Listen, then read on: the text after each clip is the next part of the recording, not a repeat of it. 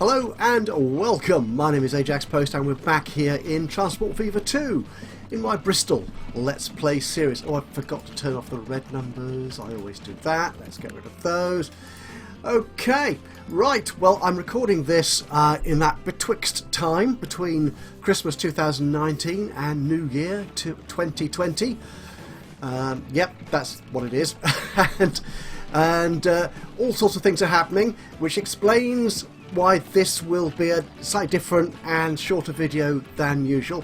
First off, I've been playing around with the game for a bit and trying to run this on, and found it's difficult to recover the terrible situation I found myself in. I had hoped that the changes I'd made in the last episode, sort of retrenching and cutting out lots of loss-making routes, including the train route, would eventually bring me back to profit. It doesn't. So I spent a long time working out what new arrangements, what new routes, what systems I could put in place which would actually allow me to continue this particular map in a sense beyond the 1850s into a profit-making enterprise. So it'd be fun for me to play and hopefully enjoyable for you to watch.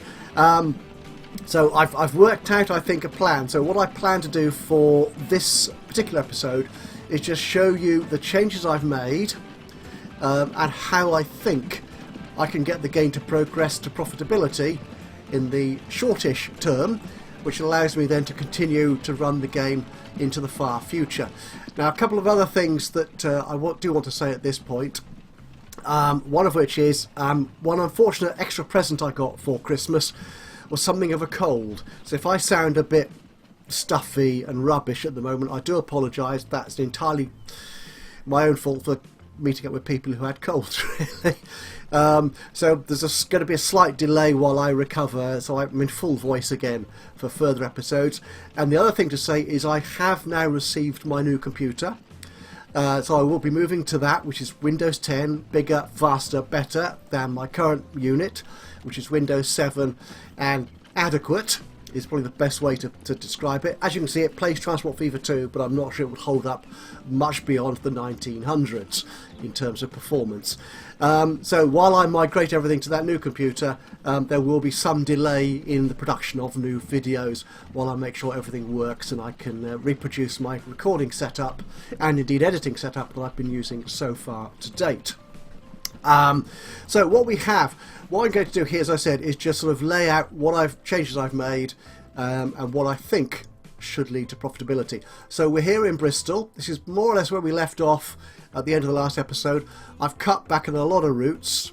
So we have here in what is now June 1854 just 1, 2, 3, 4, 5, 6, 7, 8, 9 routes.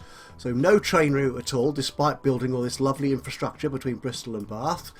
We have 2 routes in Bath, going to the small towns around Bath, Oldfield Park and Bathwick, which appear to be full of people, but not so much profit. They do, I think, come back into profit, but they're unreliable, I've discovered.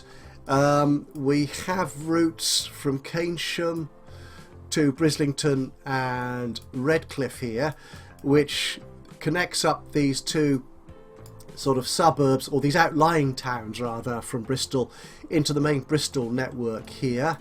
So they connect, they don't really, they do, there's a line between Redcliffe, this green line here, which connects it up to why is that still going out to Southfield and Bedminster? Yeah, that will never make money. That simply won't work. As you can see there, that route losing a lot of money. We have 2 routes going around Clifton and Hotwells and Brandon Hill Hotwells, linking into the centre of Bristol, which allows it to link into the Redcliffe routes and this upper Cottam and Kingsdown routes. And apart from that, there is a stone route down here on the coast, which I added in the last episode. Where is it? Down here somewhere. There it is.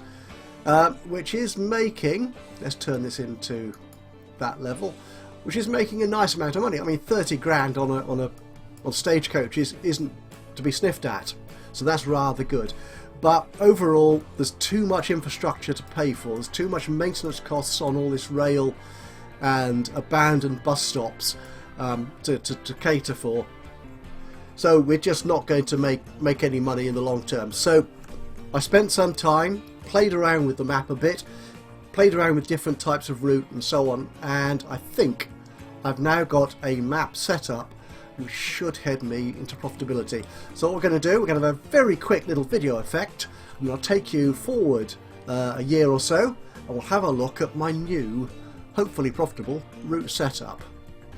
And so here we are with actually just a sort of few days after we finished the last shot, but in the meantime, of course, I've had the game on pause quite a lot, and I've looked at the routes as I said I would do, and having played onward a little bit, worked out where the most likely profit centres were going to be. So I don't need to pause this because we're not actually playing it live. So looking at these, we've got a lot more routes on the go now, but nothing terribly profitable. That Redcliffe route I was concerned about in the previous little segment no longer goes down to Southville and Bedminster, and in fact the stagecoaches there are heading back on to this route here. I will change that again actually, because one of the issues we had previously, which really upset my likelihood of making any money, was these ridiculous queues of the AI traffic. Now they will lighten somewhat, which will allow me in fact to run this Redcliffe route here, the green route, out here to Baldwin Street. I've also actually renamed some of the bus stops and streets to be more sort of local in that sense. Well, as local as I can remember the names of the streets are. Anyway, so done that, rearranged those, so we can actually get that going through there. I have also totally got out of Bath entirely and worked out actually that a nice little earner would be this route here between Twerton and Keynsham. There's a fair amount of destination demand here from Twerton to Keynsham, 9 and 12, shop and work, and Keynsham, does anything want to go in the other direction to Twerton? Yeah, 9 and 7. So if we can sort of build on that, what that allows me to do then is actually put more traffic into Keynsham to use the train. Yes, I put the train back on, this time with 4 coaches. Oh, thank you very much, it's going underground now.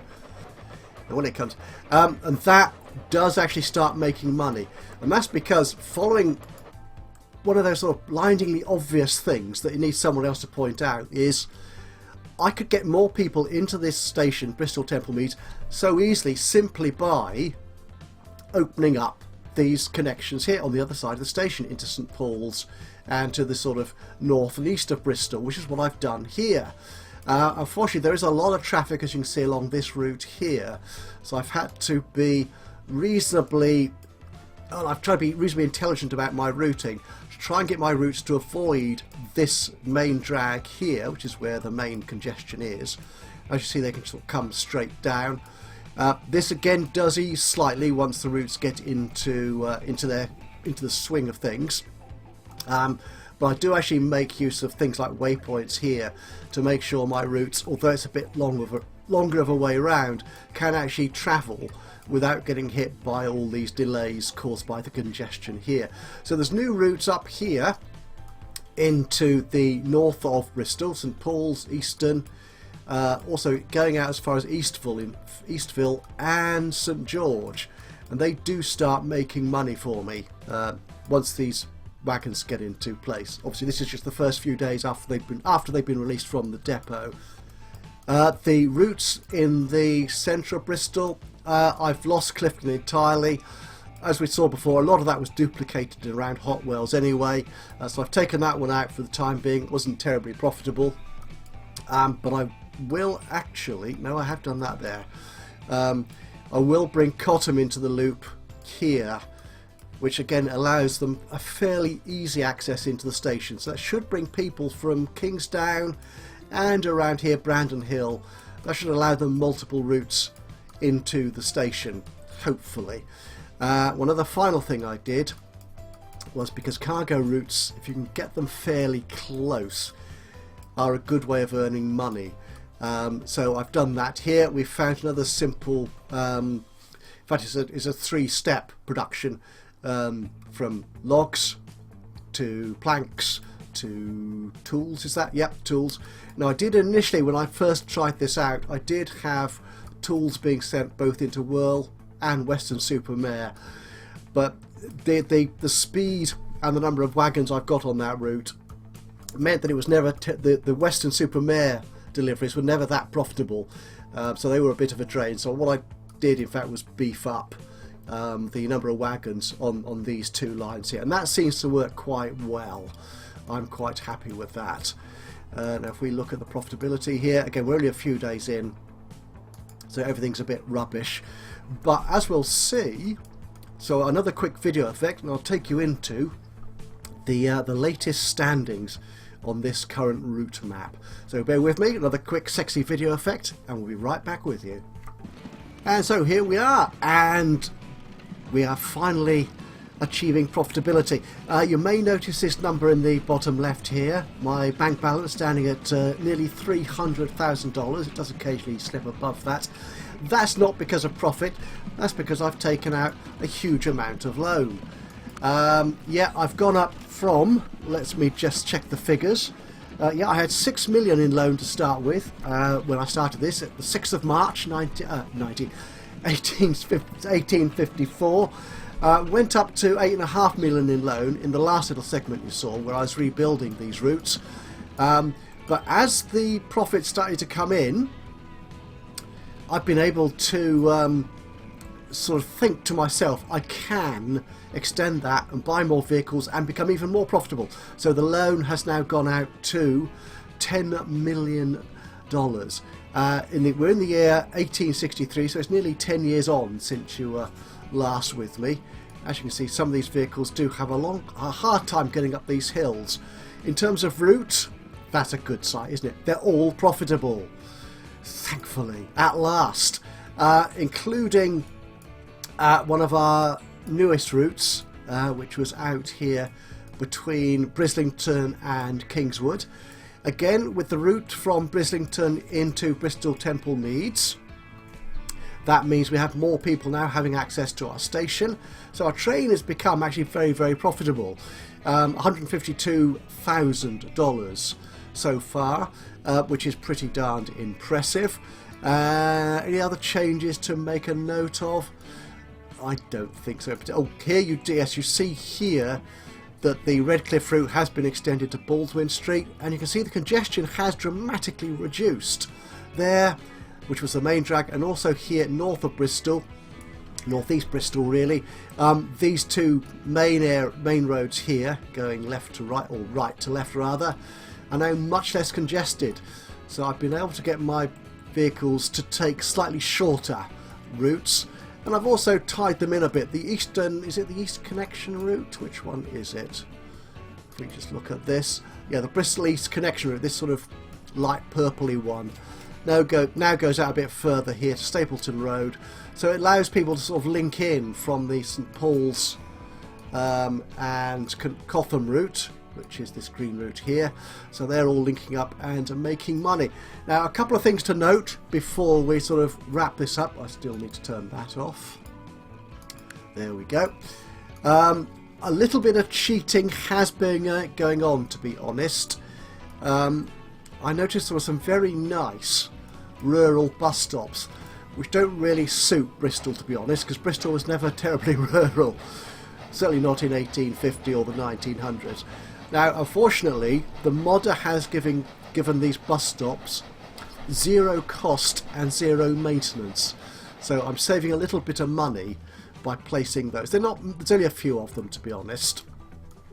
The other thing I've been able to do by taking out the extra loan is remove the track infrastructure between Keynsham and Bath.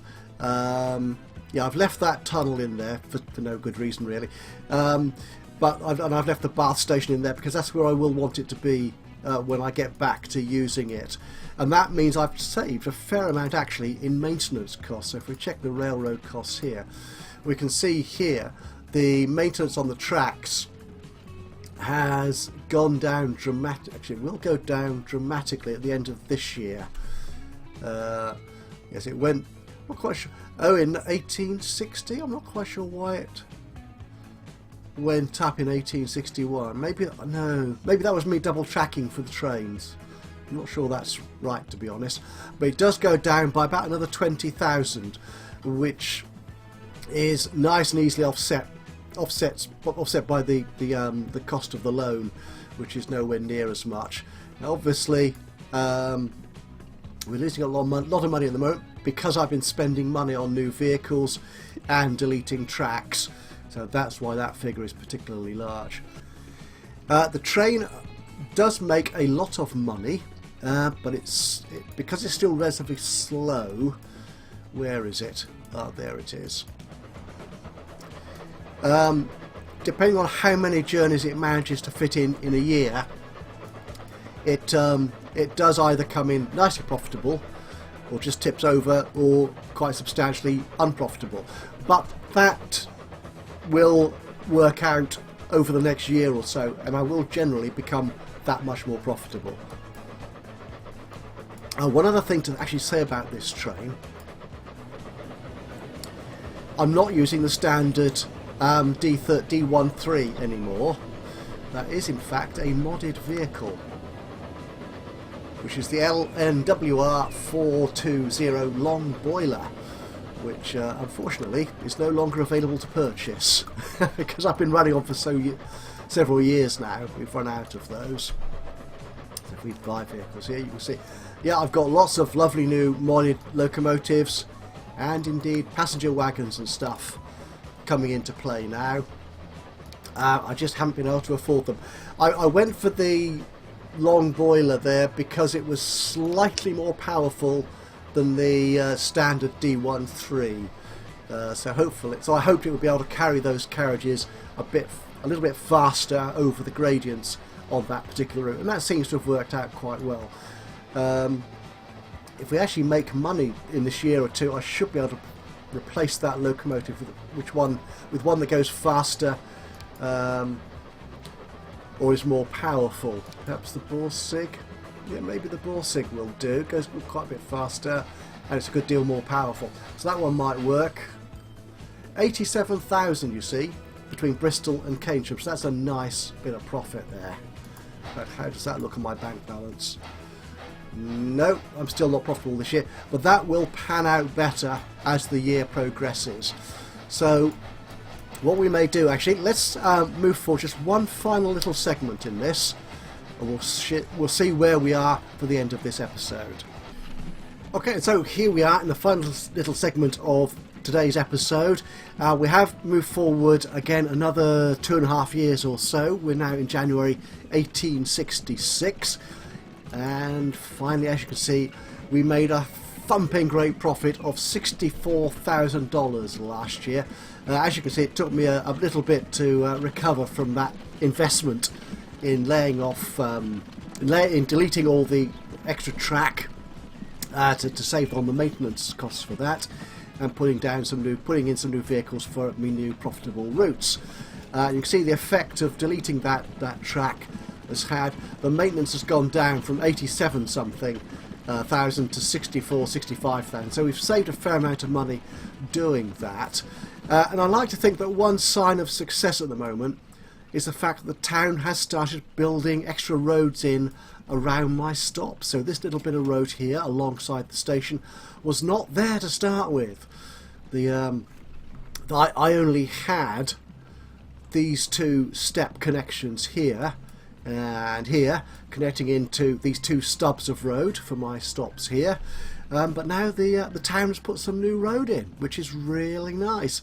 Actually, on that one final thing, which I don't think I've actually said at any point in this series, is I actually decided to own this piece of road here, the station approach going up to Bristol Temple Meads, because in reality there is no road going off from that, and I didn't want any buildings along here which might interfere with my development of the station going forward. I will probably have to delete lots anyway when it comes to it, but I'm not going to worry about that at the moment. That does mean I pay maintenance on that bit of road, but I don't mind that too much. It's only a tiny little piece of road. So with that, yeah, I've turned that off. That's good. Right, so that's where we're going to leave this episode, I think. Do I need to say anything else? I'm not sure. I could actually afford more vehicles, perhaps, going on here. As you can see, the train... Where is the train? Where is the train? There it is. Yeah, that's still carrying its full load of 24 passengers. One thing that is one of the sort of the game mechanics that I am using here to my own benefit is the fact that the maintenance cost for vehicles does not increase. So as long as they're earning a good amount of revenue in any year, they're not going to cost me. I'm not going to start losing because their maintenance suddenly increases dramatically as they get older and older, which was an issue in the first Transport Fever game. In this one, the emissions increase, which could obviously have a detrimental effect on the residential areas you're passing through, because people don't want to live near high emission zones. But apart from that, the costs don't increase. And on that point, when it comes to vehicles, if I manage this vehicle, for example, where is it, the settings, I think, I have got normal maintenance set on all of them, so I'm keeping my maintenance costs as low as possible for the time being, and I'm just letting emissions and aging get carried away, which hence the message we got earlier that a particular vehicle is in very poor condition. Yeah, I'm not too worried about that at this point of the game. Let's just watch this train come in. Should we go a bit faster? Because things do travel very slowly in the 1800s. There he is, and he's going to earn me 95 grand. Very nice indeed. Oh, only 23. I've got an empty seat on that train.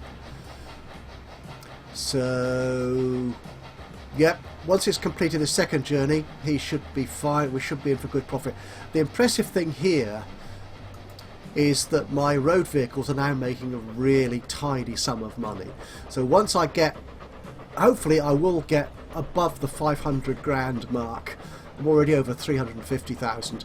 Once I get over that, I can start paying down some of the loan and getting into real profit from there.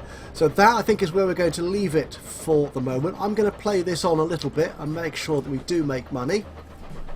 I will come back in the next episode with a proper Let's Play episode where I start improving, enhancing and building in new routes and really setting the groundwork for future profit of my particular network. Okay, so apologies for my possibly odd sounding voice. So I'm suffering a bit from a cold at the moment, which is going to makes me less inclined to do this sort of thing, I'm afraid, but as well as making it more difficult for me to actually talk at length as I usually do. And you know me, I do like to talk at length. Okay, what am I going to say to you at the end of this? I think that's probably about it. Yep, so thank you. The other thing was, if this doesn't work, if I can't make profit in the next few years, if I can't start getting a sort of foundation of profitability, I am tempted to restart this map. Based on the terrible mistakes I made at the beginning of it, I should be able to do it in a much more effective way in the future. So, with any luck, I won't have to abandon this whole thing. I can go forward with what we have set in place here. If not, then I will restart the map and do it properly. So that's it. Thank you very much for joining me today. Apologies for my voice and for the rather episodic nature of this particular episode. But I just wanted to get something down for you, sort of explaining where I'm going with the map and showing you that I think I now have a way of keeping this game going. And yeah, I look forward to that. So thank you once again for joining me today. Hope you've enjoyed this. If you have, it'd be great to hear from you, either simply by means of a little bit of a like, you know, the old thumbs up button, or even better, if you've got any thoughts, suggestions, recommendations, either how to carry on and improve this map, or for goodness sake, Adrian, give it up and start again, or any criticisms you might have of the way I'm playing it, please do drop a note into the comments box below. Oh, and one final thing, if you're interested in the mods I'm using for this, I have put them, I think all of them I've got in the game at the moment, into my collection on the Steam Workshop, and I'll be adding to that obviously over time as we build up more workshop mods to add to the game, and you'll find the link for that in the description below, so please do check that out and give a thumbs up again to the great modders who are contributing so much to the success of this game. And that's it, apart from one final comment. If you haven't already done so, please do subscribe to the channel, and that way you'll know when I upload another one of these or any of my other Let's Play videos. But from me, Ajaxpost, with the croaky voice, until the next time, bye bye for now.